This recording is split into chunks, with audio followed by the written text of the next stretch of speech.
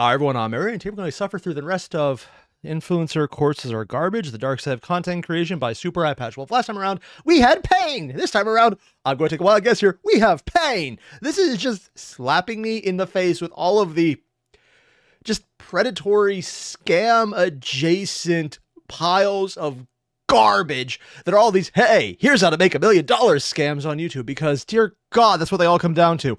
Oh, some of them are less insulting, which apparently is the Jake Paul ones, and God help me, I never thought that would be a comparison that would come out favorably for one of the Pauls. They didn't advise their people to actively commit crimes. That's what we're getting to today. Otherwise, you guys know the deal. There's a link below to the original video. Hit it up. And let's see how far I can go before I absolutely break my head against the wall of this giant pile of what the f. But there was also information here that I just found flat out bad. Like, oh yeah, because he literally said buying subs, which and threw me off because it's literally against terms of service. Now let's go from buying subscribers though to buying views. You know what? I'm not entirely opposed to buying. That's stupid. Technically, YouTube thought, oh, great, there's so many people buying them off platform, let's do it ourselves. And they have a program where you can just buy promotion yourself, which they don't call buying views, but it's very much buying views. Also, don't. It's stupid and a ripoff. I tried it once to see how it went. Yeah. I saw a spiffing Brit video. It's like, ooh, maybe you can break the system.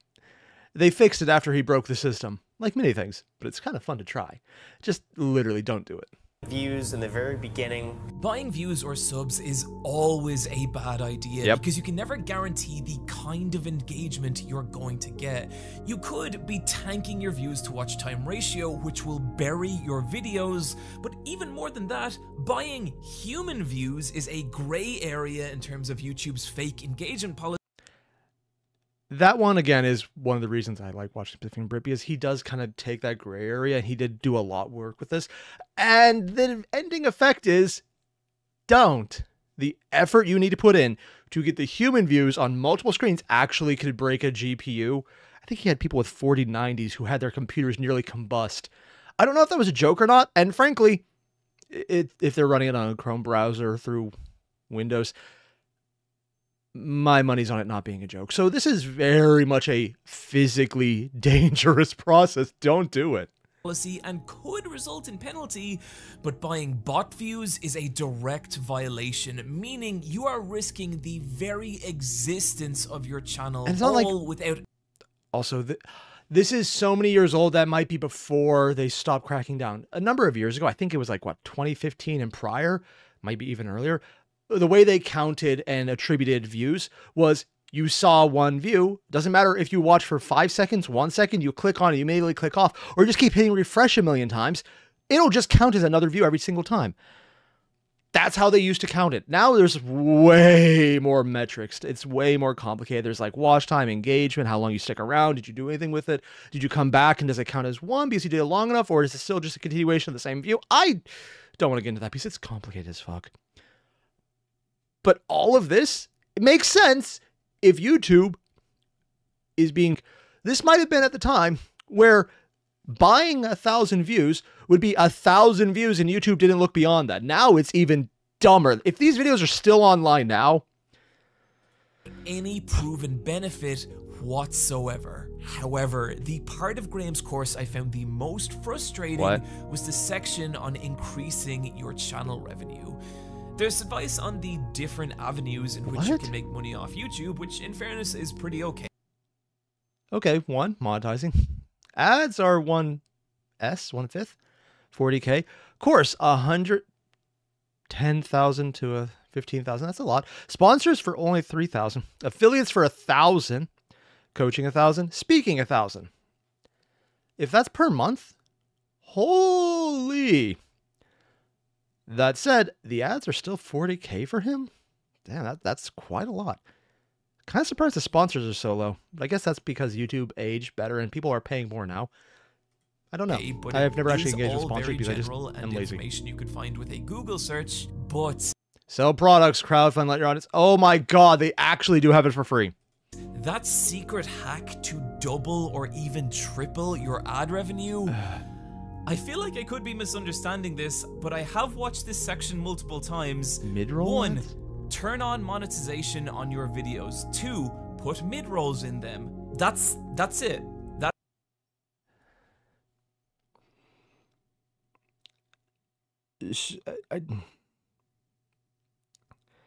That's it. That was his big secret to monetize your videos. Get the most out of YouTube. Monetize your videos to get the most out of YouTube. This was a $400 plus course, right?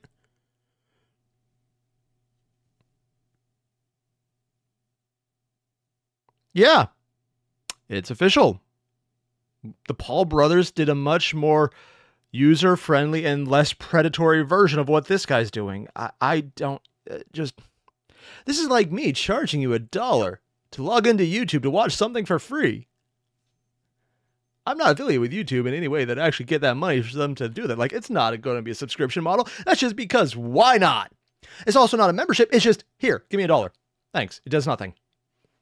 It's that level of stupid, except even here you acknowledge a stupid, where there's someone who just paid $400 to be told the way to make money on YouTube is to turn money on and see if things happen to go your way.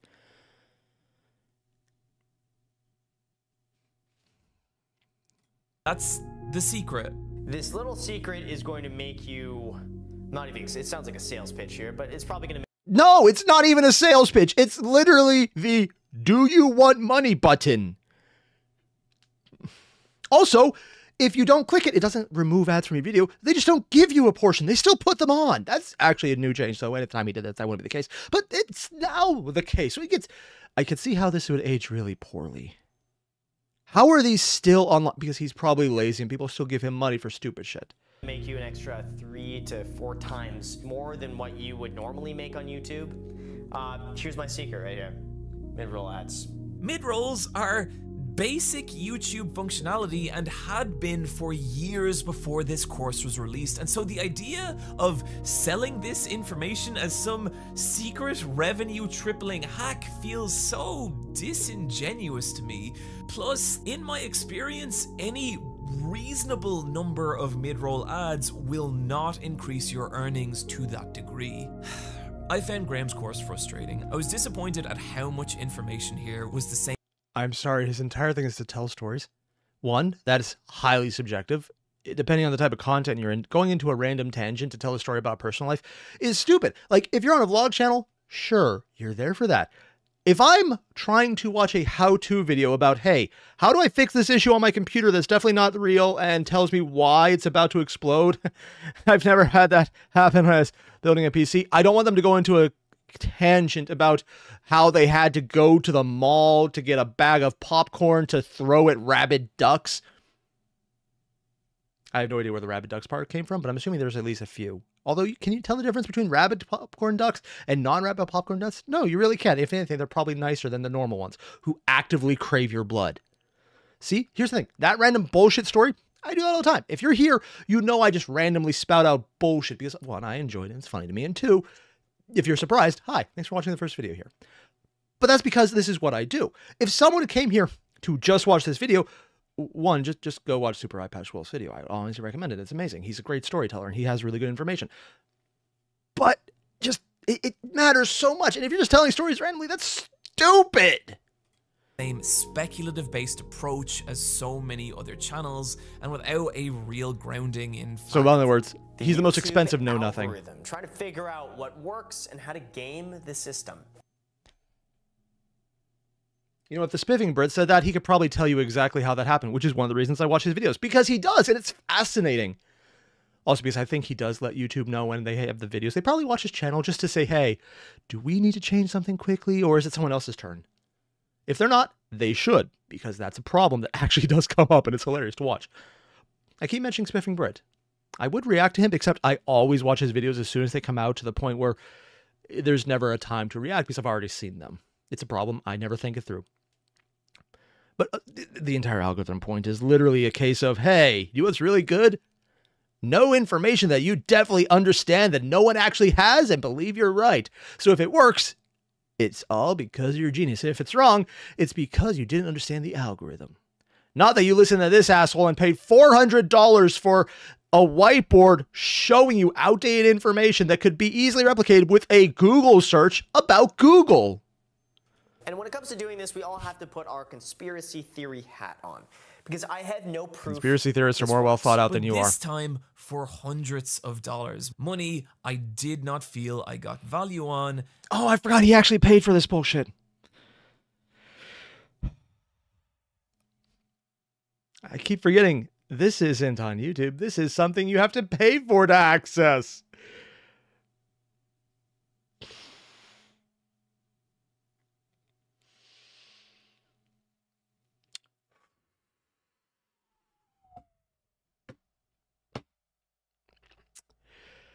Just repressing that knowledge. So I decided to get a refund.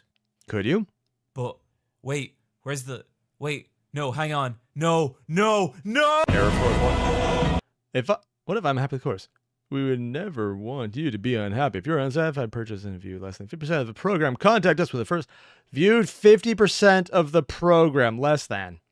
So in other words, if you come to the stupid shit at the end and you realize, wow, this is a ripoff, you're too late. That is so dumb. Plus, he could just say that if you view 50%, it's literally just clicking on the video. So you could have viewed 100% by clicking on the video once, for all I know. I don't know how he gets it on his site. It's on YouTube. See, Graham's course does say 30 days money back guarantee up here. However, much further down, there is a second paragraph on refunds, but this time it's not 30 days, it's 25, and only if you complete less than 50% of the course. The 50% he could probably get away with. Changing it from 30 day to 25, that he might be able to go to course and fight. But considering Super Patch Wolf, he probably saw more than 50%, so that's just scummy. But here's the thing. The way the course is structured and the order Graham encourages you to take it in, all the editing and practical advice, that's all the first 50% of the course. Oddly enough, the practical advice is the most helpful, even if it's the dumbest. The 50% mark is the only part you're actually going to get value of. Neat. All this down here, this is stupid. It probably aged even worse than the dumb shit up top. So I'll give him credit for at least front-loading the information that's actually useful. Because if anyone got to the second half first, they would realize that they're being scammed. All the algorithm growth hacks and revenue doubling secrets, those are all in the latter 50%. And again, they're stupid. They were outdated when he made them, and now, years later, you might as well just not watch them. In fact, I would even recommend if you do this, stop at the 50% or before it, or don't do it at all. Save your money. It is smarter than anything you could ever do based on this. Meaning, by the time you reach them, it's already too late to get your money back. And I don't want to assume bad intentions here, but either way... I will. The guy's a fucking con artist based on the information directly in front of us. That's what I'm coming to on this one. Look at this and tell me you don't feel that he's the kind of guy who would sell you a timeshare that someone else already owns, collect your money, and then say your family has to pay because you don't have enough money.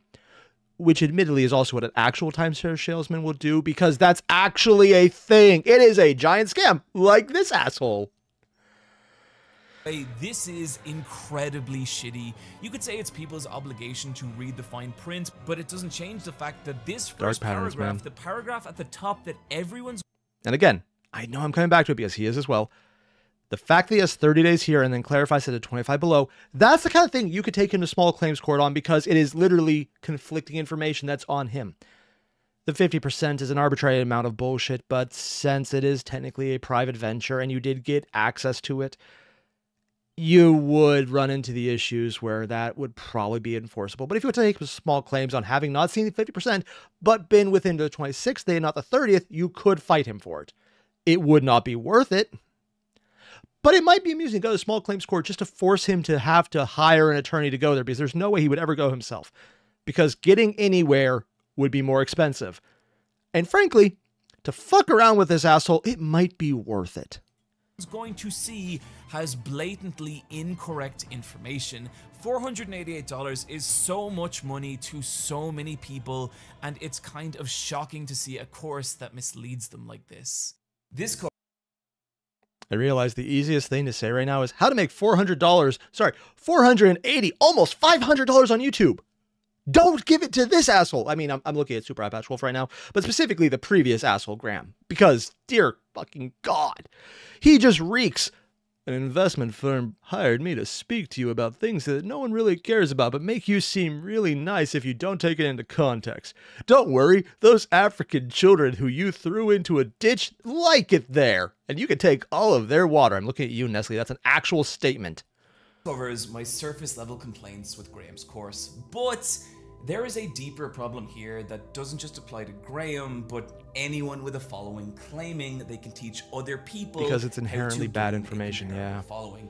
We touched on this a little bit earlier with Ninja, but I think it's worth deep diving. They don't know what they're talking about, yeah. And the way I want to explain this is with something called the swimmer's body illusion. Oh? This is the idea that, say you decide you want to get in shape. You look at weightlifters and you're like, those guys are too bulky. You look at runners and you're like, those guys are too skinny. But then, to be fair, if too skinny is your problem with runners, you've never run.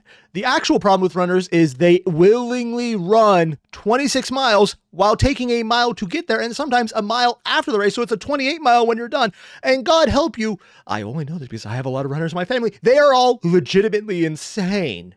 Like, you look at one, someone tells you they're a runner, you get bear spray. It is a safety precaution. And frankly, a way to wake someone up after they just ran 26 miles, they have pieces of themselves on the ground when they take off a sock. That's not a joke. It has happened. It is disgusting as fuck. And you have to literally peel them off a monument in Arlington Cemetery because the sweat instantly congealed on a cooler surface and it leaves an actual imprint that has to be washed off. And you're just sitting there going, why did you willingly do this to yourself? I'm not projecting here. Those are all things that happen. I'm not even telling a joke right now. It is terrifying. Then you look at pro swimmers and you see them with their long, powerful limbs and slender torsos, and you think, wow, those guys look hot. I want to look like that. And so you start swimming every day for a year. And at the end of that year, you are definitely in way better shape. I mean, it sounds like a good option regardless. I haven't done that because I don't own a pool, and also I'm lazy. But you do not look like those swimmers. And that's because you have made one critical. Because they already had that body shape before getting in shape, and you didn't have that body shape before getting in shape, so your shape is different. Because it's not the shape of the body that generates or goes for it. It just sometimes it works out better that way because the muscles are naturally going to be distributed that way, and then they improve them. Mistake. Professional swimmers don't have bodies like this because they swim. They are professional swimmers because they have bodies like this. Their long, powerful limbs and high metabolism predisposing them to an advantage in the sport of swimming that they might not have in either weightlifting or running. In other words, you confused. Unlike the advantage you have in weightlifting, which is massive amounts of steroids. Yeah. It's a problem. There's a lot of memoirs on it. Unfortunately accurate. Selectors with results. Let's talk about Graham. By the age of 26, before Graham had ever started a YouTube channel, he was already a millionaire. Money. Yeah, I could have guessed that one. Let me guess. Rich father. He'd made through real estate. I want you to think about the advantages that this gave Graham before he ever even made his first upload. I mean, he would immediately have all the clout to say, hey, look at me, I'm rich, which is a thing people look for.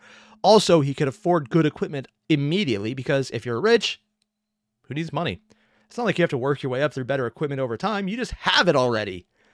It's like if you get rid of the hard stuff, just talking to a camera saying like, see, I got good audio and good video and I have cool shit in the background. Listen to me. That shouldn't be a good, compelling argument. But unfortunately, for making a YouTube video, that is a good, compelling argument, and a lot of idiots do that. A millionaire by just 26. That is immediately a great concept, not just to make a video about. These videos of his were, what, 6 years old? Huh. It's 2023. He made this in 2022. This guy became a millionaire in the post-recession market pre-COVID. So he was literally selling houses when everything was dirt cheap because the market had completely crashed. Would this count as a carpetbagger, or is that just in the South? I don't know. but to build an entire online identity off. And you can see the advantages from this manifest in multiple ways. Even in early videos, Graham wears... Also, I hate how he's holding the camera because it's shaking so much.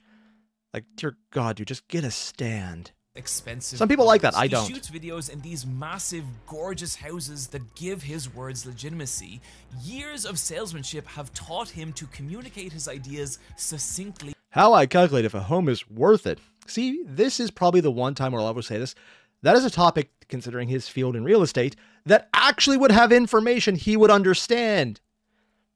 It's entirely possible he got lucky because he hit a market where everyone wanted to sell big things for cheap because that's what they were valued at because of a crash. But maybe he actually understands the thing that he made money in. Anything else is stupid. I'm giving him credit here. It hurts me to say that, but I am. And effectively, meaning that even before Graham ever uploaded his first video, life had already brought him to the point where he was the kind of person who was likely to succeed on YouTube. Yep. And the thing is, Graham seems to be actively refusing to take these advantages into account. Growing on YouTube. I mean, let's give him a little credit here. I mean, if you were honest, it would have to be how to succeed on YouTube. Already have succeeded somewhere else and don't need it. So you can just make stupid shit, but with really high production value because you can hire someone else to do it. Or you just have really good audio sources, really good video sources. So you can just say, hey, check it out. I'm already rich. I keep coming back to that point, but that's legitimately all this is. Over just about anything else that you can do. Just be you. Even if you think you're nothing special. That's as close as it's ever going to get to just saying, hey, how to succeed. Just be you. Or in my case, just be rich. It helps. Like I said, that I thought I was nothing special too, but you're going to be like, but Graham, I had a mere couple $1 million in the bank. By ignoring the inherent advantages he already has, he presents his success as something infinitely more teachable. I'll be honest, it's like parts of this I like, but parts of this are kind of hideous. I don't like the recessed stairwell. It just looks like you're going to trip over it if you actually lived in this house. And recreatable than it actually is. But if I'm right here, how do you explain the testimonials from other successful YouTubers? Scattershot. It's literally monkeys on typewriters writing Shakespeare. If you have enough random chance, someone will succeed. What this guy proved is that you can do great even with the handicap of sending someone almost $500 for bullshit you could find on a Google search.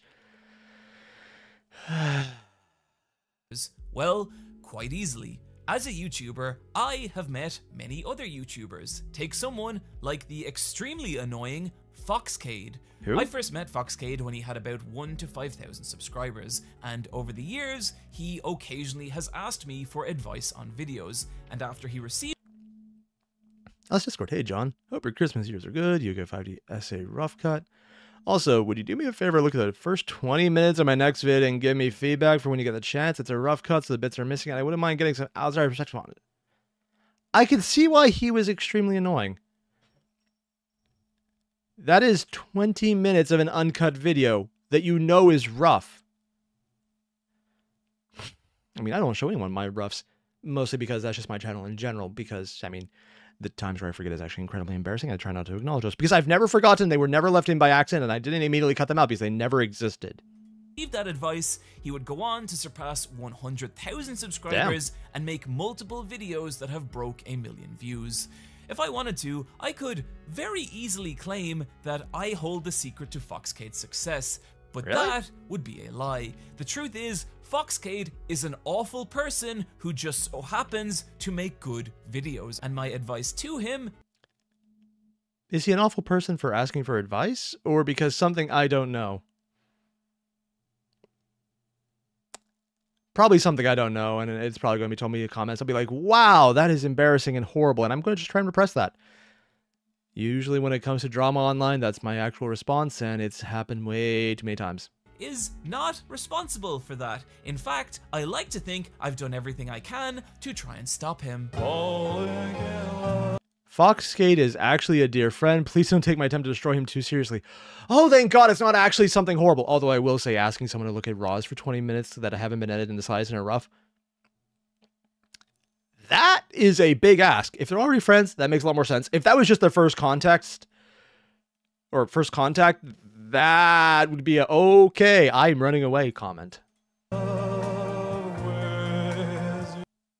Also, I keep forgetting where this is from. Just the guy singing karaoke in a mask. Yeah. But we can never confirm that because we do not live in the reality where Foxcade did not. I mean, for all we know, we actually live in this one, and he's just being told he lives in this one. Can you imagine all the times people ask for advice and they ignore it because it doesn't confirm what they already did?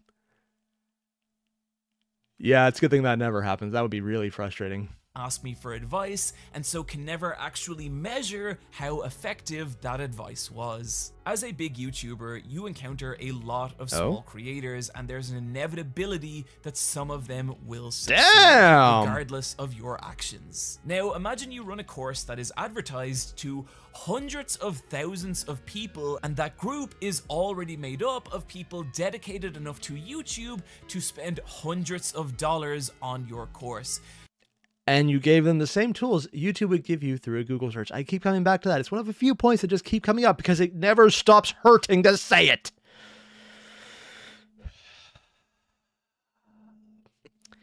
Goose Fraba. Goose Fraba. The fucking Fraba doesn't fucking goose right now. I've seen anger management. I should probably remember that it was an entire joke sequence. It doesn't actually work. It's still just... Statistically, a small number of them are going to make it, and how much a part of that Graham's course actually is, we will never know because we don't experience the reality where those YouTubers don't take Graham's course. It would probably have the exact same effect as those who did take the course as those who didn't, because it's the same information you get on YouTube for free. And anyone who takes it now is getting incorrect information, so them succeeding is more despite bad information. But here's the thing, it's not the people who make it that I'm concerned with. It's everyone else. The ones that don't. I want to say here, I feel like a genuine fucking asshole for this next section. What I'm about to do is invasive and weird and dismissive, and I hate that this video has brought me to the point that he's going to go to the people who did testimonials about how great this is, and he's probably going to follow up with them. Oh, yeah. Yeah, I can see how this is going to hurt. You need to do it. I want to go back to those ultra positive reviews of Graham's course we talked about. These are all people who had finished Graham's course, were massively enthusiastic about its value, all dead set on becoming full-time YouTubers, and we're now treating that prospect as an inevitability, just like Graham's course claimed to teach them. And because they treat it like an inevitability, they probably overinvested, moved away from actual jobs that could provide sustenance, and oh god, how many of them got absolutely fucked? This is going to get dark, isn't it? Oh, I know which way this is going. It's a super iPatchWolf video. I know where this is going. But here's the thing. Whatever value they think they got from it, they didn't. It is unfortunately not reflected in either their subscribers or view counts. Out of all 16 ultra positive reviews, only a single channel had over 100k subscribers and was pulling views that indicated triple-figure income. Triple-figure income? Honestly, that's not bad. As some of the other ones had double or five-figure income. No, wait. Triple-figure isn't... Oh, that's $100. Not... Yep, I got numbers mixed up again. I'm going to blame English major as opposed to being math stupid. Yeah, and you need $100 to even collect a paycheck, so you couldn't... Oh, this is the people who haven't even got money from YouTube because they couldn't make enough to get to that threshold. And they paid almost $500 to not...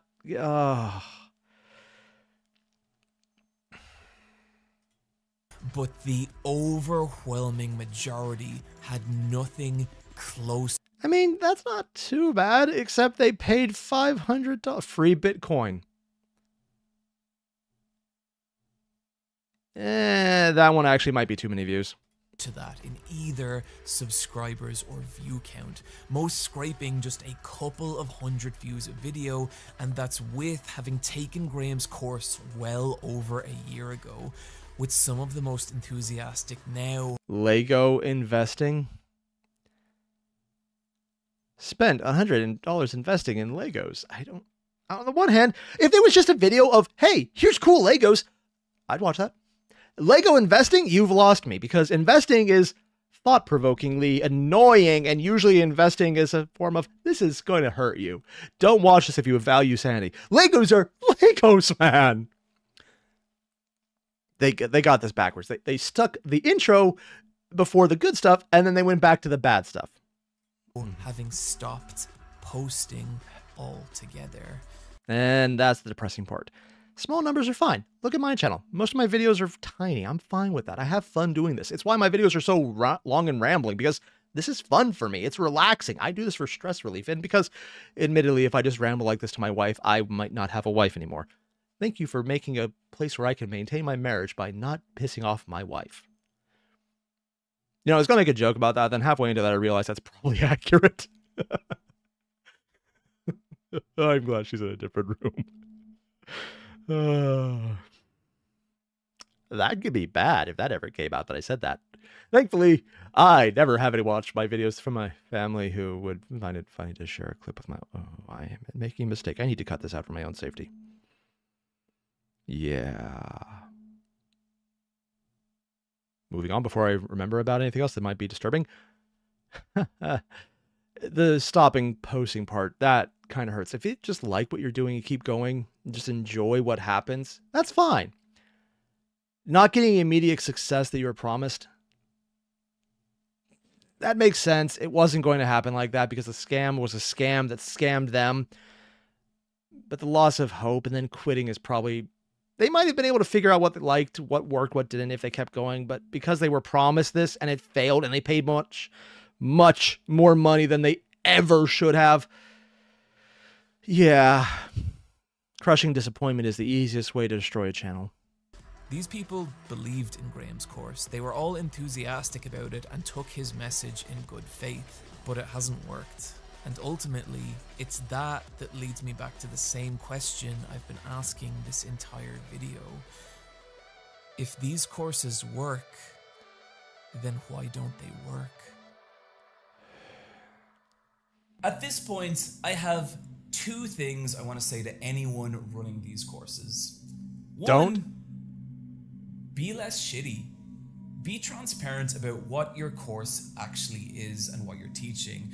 Be honest about the likelihood of success for anyone starting from 0 followers.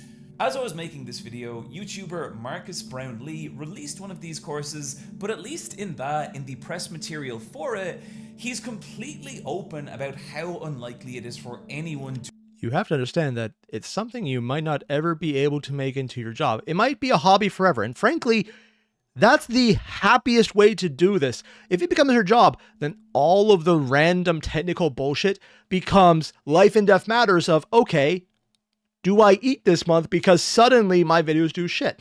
As opposed to what I do, it's like, yeah, my video did shit, but I had fun making it. Cool, neat. It really does help to be able to say, I don't care at the end of the outcome and just have fun. It really does. Because if you do this for a job, you need to do it for a job. It's not for entertainment. It's not for fun. It's not for relaxation. It's for, oh shit, I have dependents. I have family. I have kids, wives, maybe random child support because you were a shitty person. You took one of these classes. You thought you'd succeed. And suddenly now you're depending on something. Yeah, that's probably not a joke for at least one person out there, and probably more than that. Yeah. It's hard to make jokes about this because it's just so fucked up, man. To achieve viral fame. That is not a high bar to reach, and a lot of people want to be NBA player, but a lot of people just want to go to the park and play ball because they enjoy playing basketball. I guess play ball would actually be basketball 2 pieces of the ball. I think you could do that with creating videos. Instead of deciding you want to make it into your job, if you know you have fun at that level, then you're already winning. Which sounds dismissive, but it's also the way to do it, because if you only have fun if you're making money, you're not having fun. You're just working, and that's just kind of depressing. And yet so few of you do.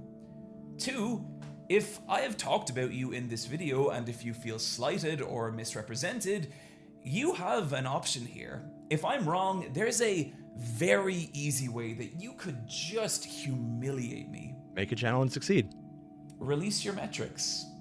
Show publicly not just the... Oh, he wasn't talking about the people who were like, I invested in this and I'm doing great. He's talking about the people who were making these videos, wasn't he? And then it's like, oh yeah. Top 1 or 2 channels, but the total percentage of people who have paid money to take your course and now have over 100,000 subscribers and do this full time. Yeah. And if that number is over 50%, I'll delete this entire video. 1 year and counting, and the video's still here. I'm going to take a wild guess. I don't think it worked. I don't think anyone called him. But if it's under, don't you think that's something you should tell people? I mean, admittedly, I would pay money to go to someone like Marquise Brownlee. It's like, here are the different levels I had for equipment at different stages.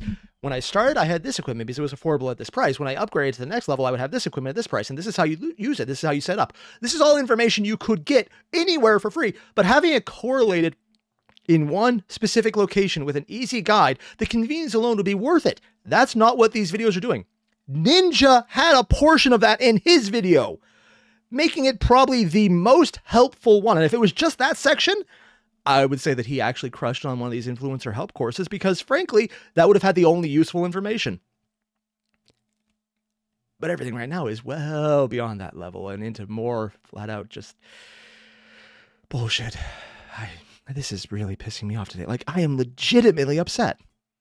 Before they pay to take your course?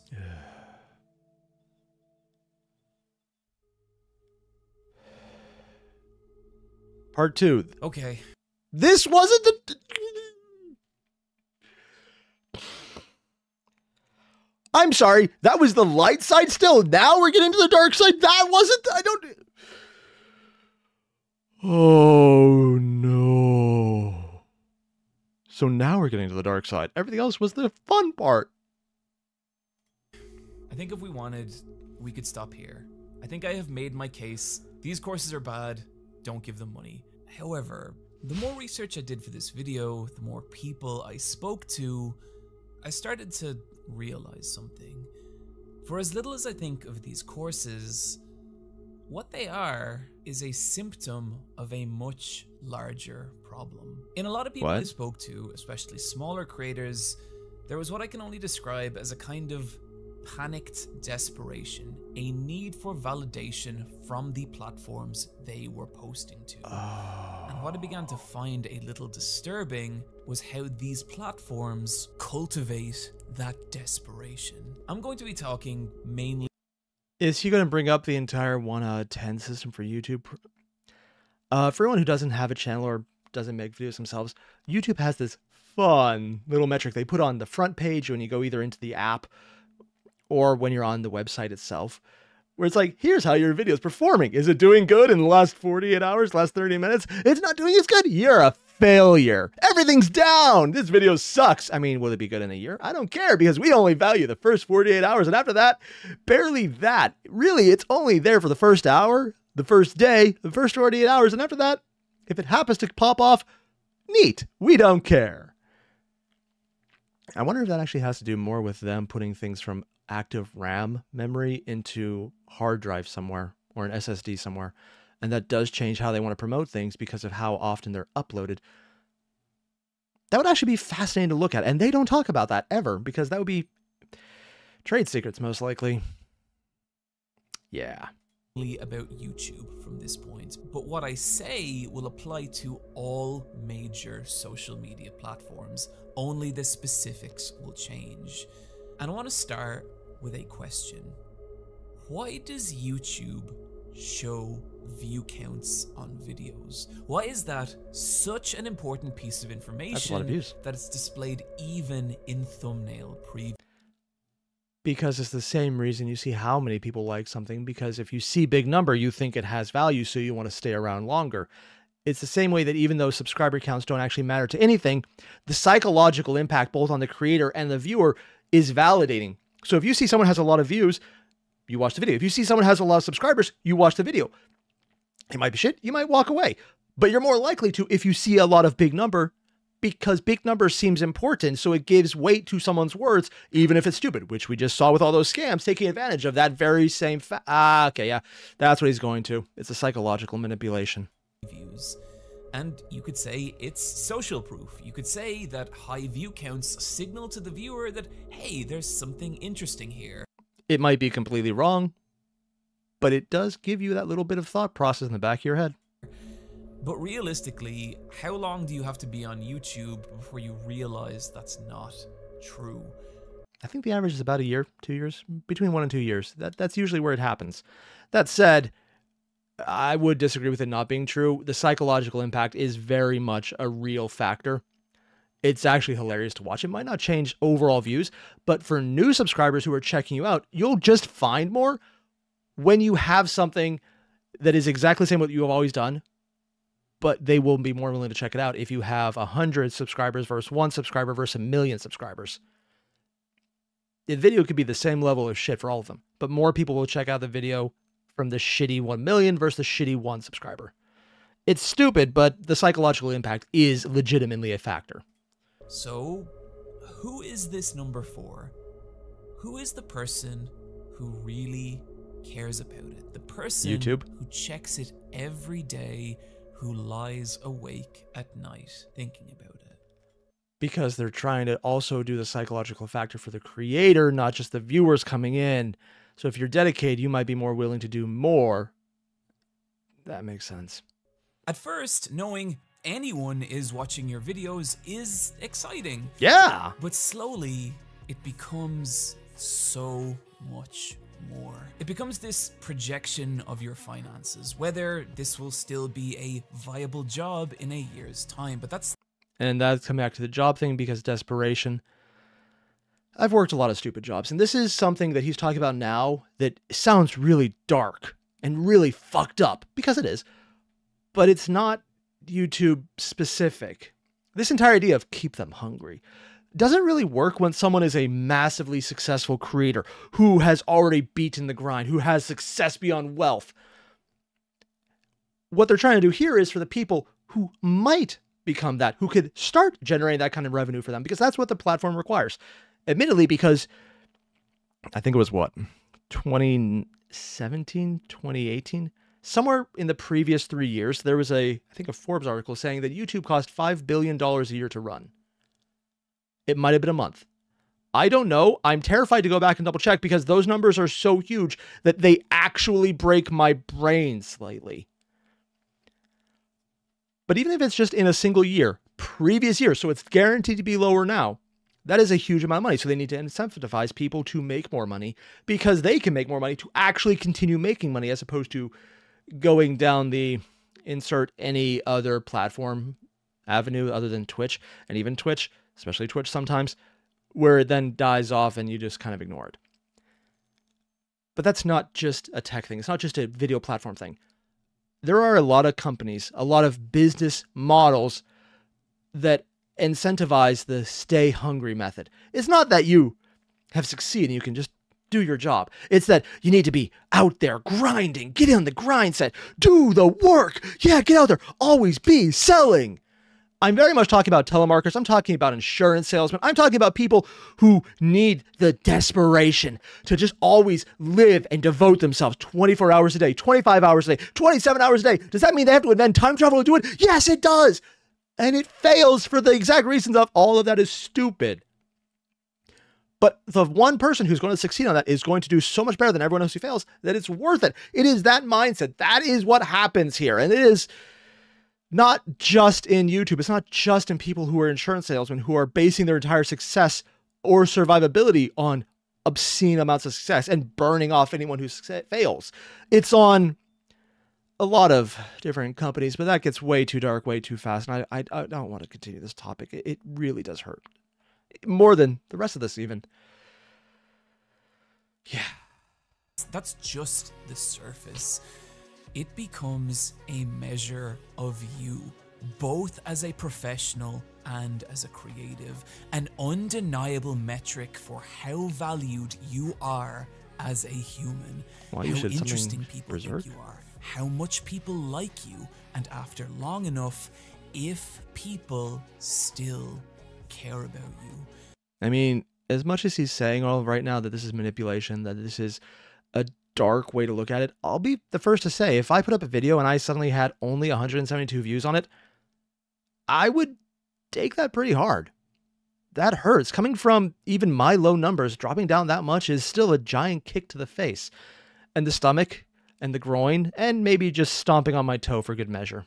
Because that does hurt. You do attach this.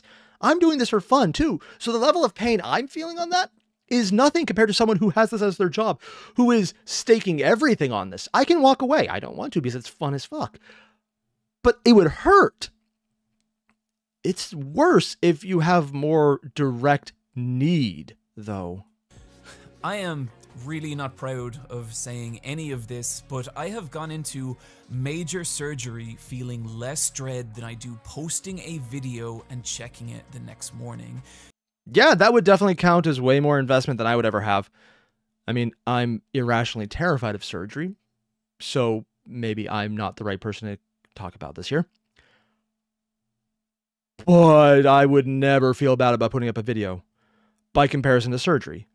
But also, I'm not in his shoes. I don't have that need to do that. I also don't put up nearly the same level or type of videos as he does.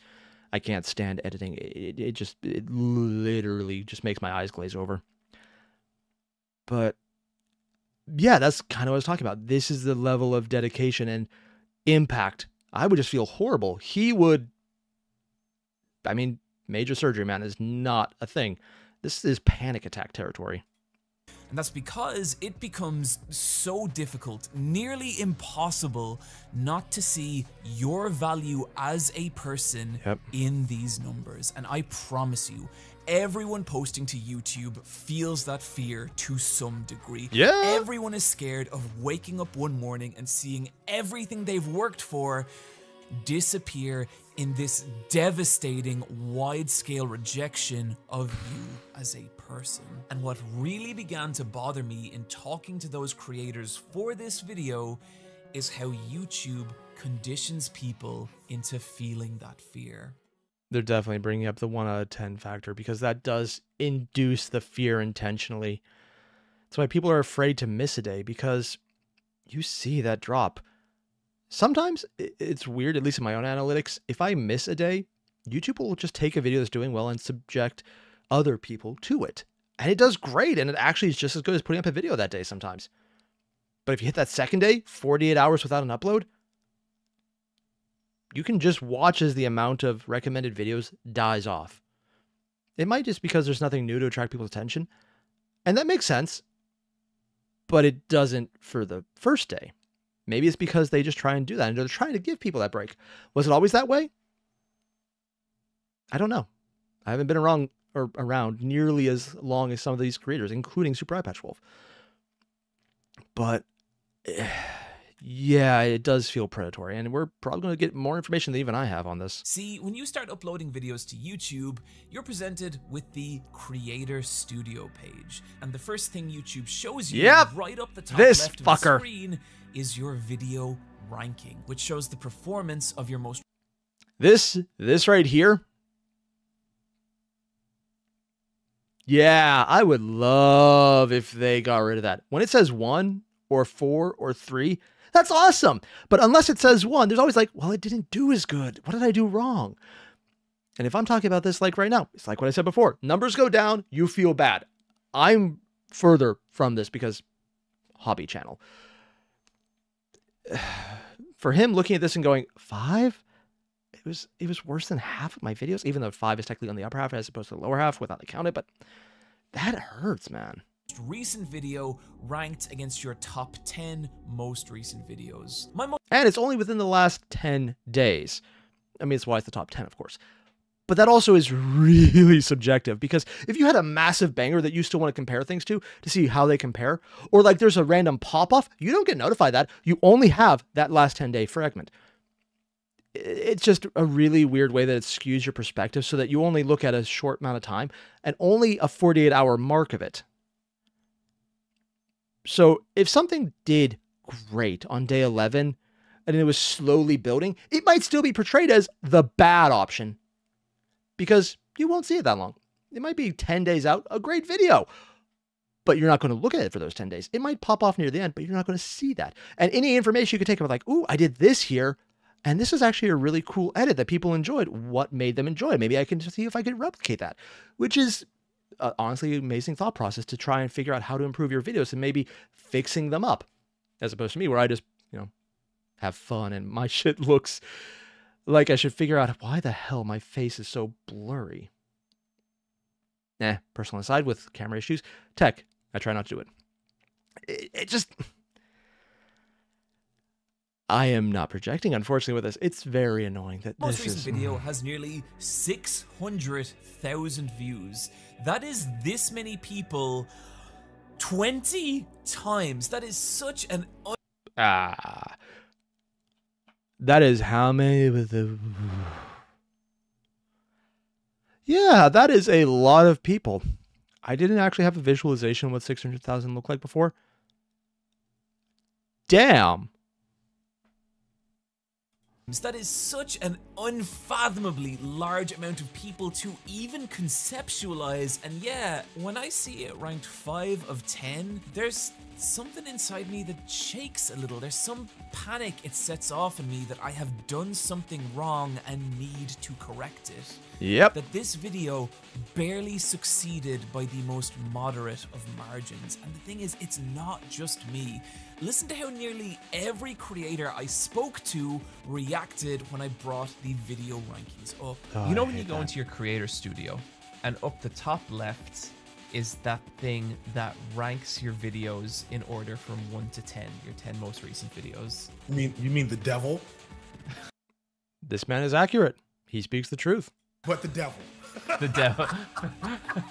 But like, unironically, if someone could tell me in the comment section about an app or a third-party API that I could just download to turn that feature off in YouTube Studio, oh, so nice. I probably wouldn't because it's probably against terms of service and it ain't worth it. But dear God, I wish there was an option to turn that fucker off. it can also be heartbreaking, I guess. Just like obsessed over that and not gotten anything done. I've done that before where I just like, a video does poorly and I just like lose an entire day because I'm just like, oh, fuck. Clicking on or less people are clicking through than average. Yeah, screw that stupid notification. What constructive thing could I possibly do with that information? Yeah. I guess I put all this work into these videos and like I'll make something and I'll be like, this is really good. Like, I think this is really good. And going into that like YouTube creator studio and seeing like 10 out of 10, like at the bottom of the list. Yep. Yeah, that one really hurts. Nothing to say, just I get that. Even if it's just like a handful of views, like less than 100, it feels like you're just told your channel's been demonetized, your channel's been removed, you've been brought to court, there are active police investigations into your conduct. It just feels like there's an overwhelming amount of dread that is going to slap you in the face. And it's stupid. But I get it, and it sucks. Like The top 10 videos. There's been times I'm like, oh my god, I've like released one of my most favorite videos. I open the dashboard and it's... Dude, he has the trash taste mug. Nice. I didn't get one of those because I forgot. number 8 or number 9. I'm like, oh... You have no reason to look at it. It's not doing anything for you, but they're always reminding you of it and they always want you to look at it. Because it makes you feel so bad.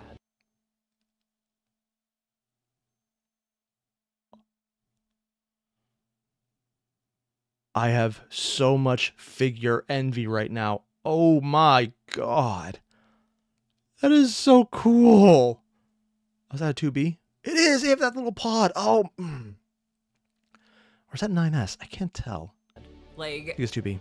it is like consistently like oh, it looks like this video isn't doing as well as the last video. Rustage, how do you feel about when you open your creator page and you see that top 10 list up right at the top? Devastated. And it's genuinely such an awful... It's just... I try to avoid it now. I genuinely now... Yeah. You basically are just told, don't worry, you didn't have constant day over day continual growth. You're useless. It just,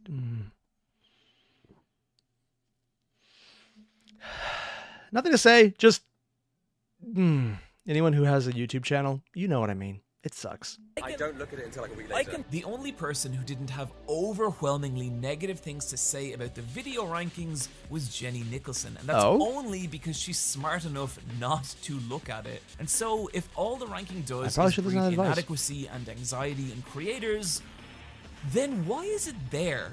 What are the conversations that led to it being implemented?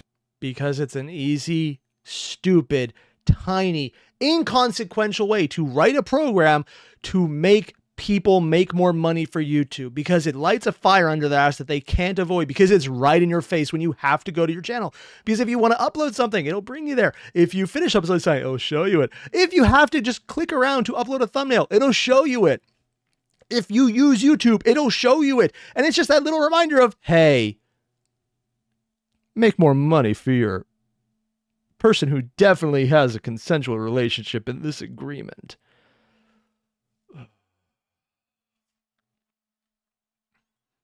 What is YouTube gaining?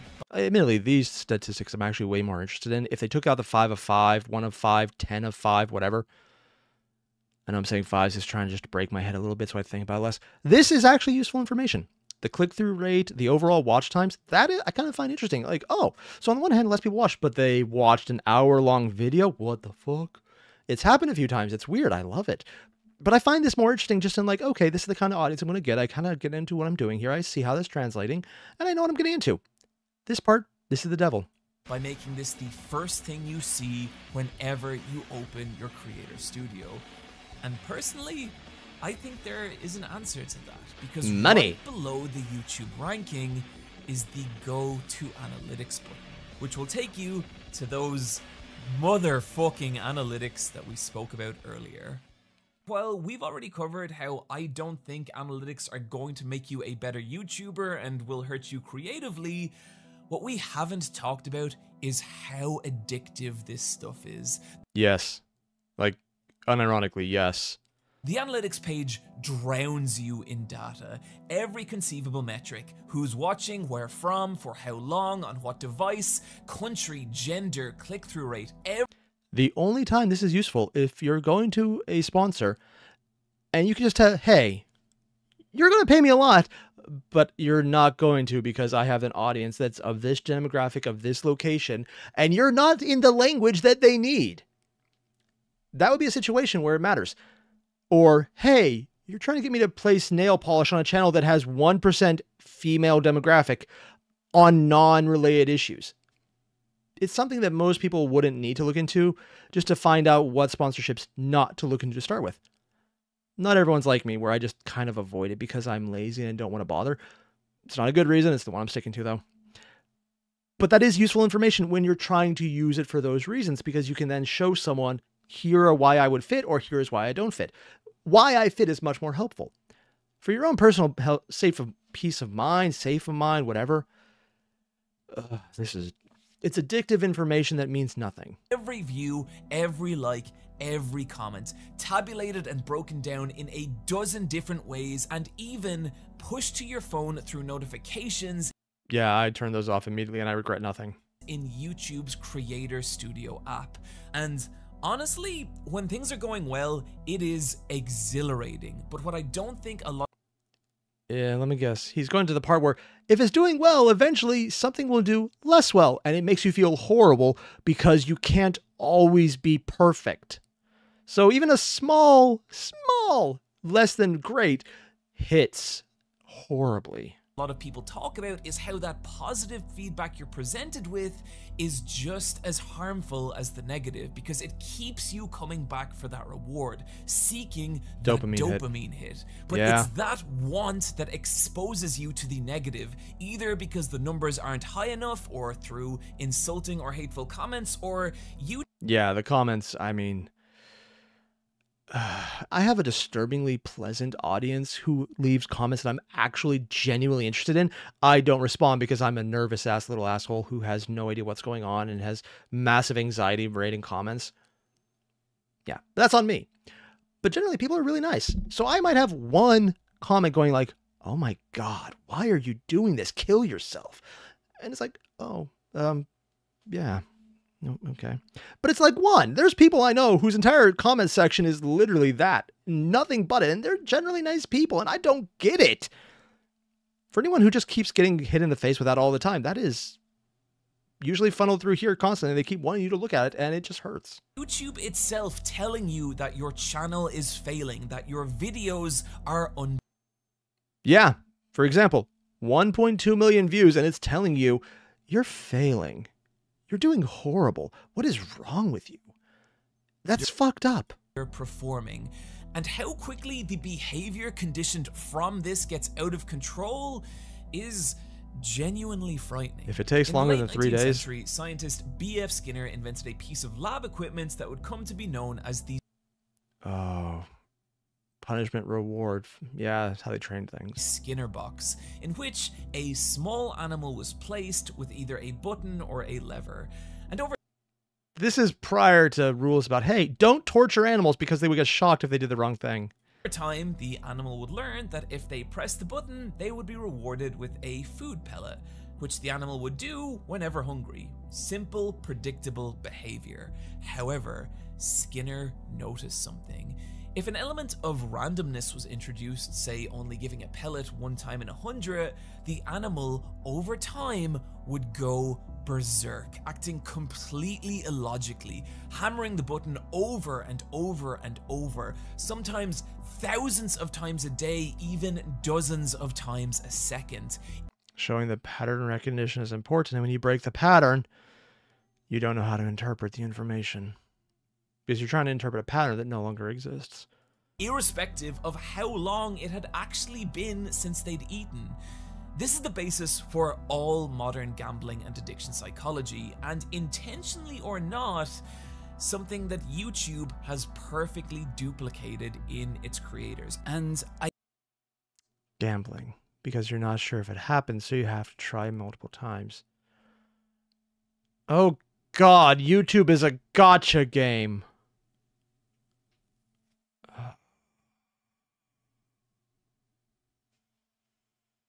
Nope.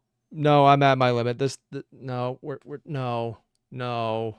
Yeah, so I'm going to cut this one here because coming to the realization that it's not just manipulative, it is, but it's literally the same manipulation as gambling, so it makes YouTube a gotcha game where you get a random payout. Granted, this is still better than gotcha game because you can get something out of it, as opposed to gotcha games where you get pixels and admittedly amazing stories sometimes, but that's on the good ones. So there's a lot of them that aren't good and they just take your money and then shut down after they get all your money, because then you realize, oh, here's a dark little hole that I've been spending all my time in. I should get out, but I can't anymore. And it's still one of the least horrible places on the internet. That doesn't make it better. Usually Super Eye Patch Wolf has a lot of fucked up shit, but when it gets really fucked up, he'll move to something pleasant at the end. Sometimes.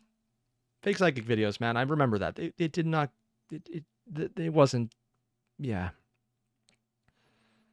I thought I could try to finish this video today. I thought I could make it through. This slapped me in the face harder than I was expecting, and I'm going to be reeling for a bit. So, for everyone watching, thanks. If you haven't watched the original yet, link below to the original one, do that. If you got this far in and you still haven't, I'm kind of concerned. That's a little weird, but hey, to each their own. Probably should still do that, though. For me, I'm going to go and try and stare at grass, because going outside right now, 1, it's cold, 2, is still more nature than I usually get into, but I'm going to look at a picture of grass. And that'll be as much touching grass as I'm going to get today, because I just need something right now that's not this.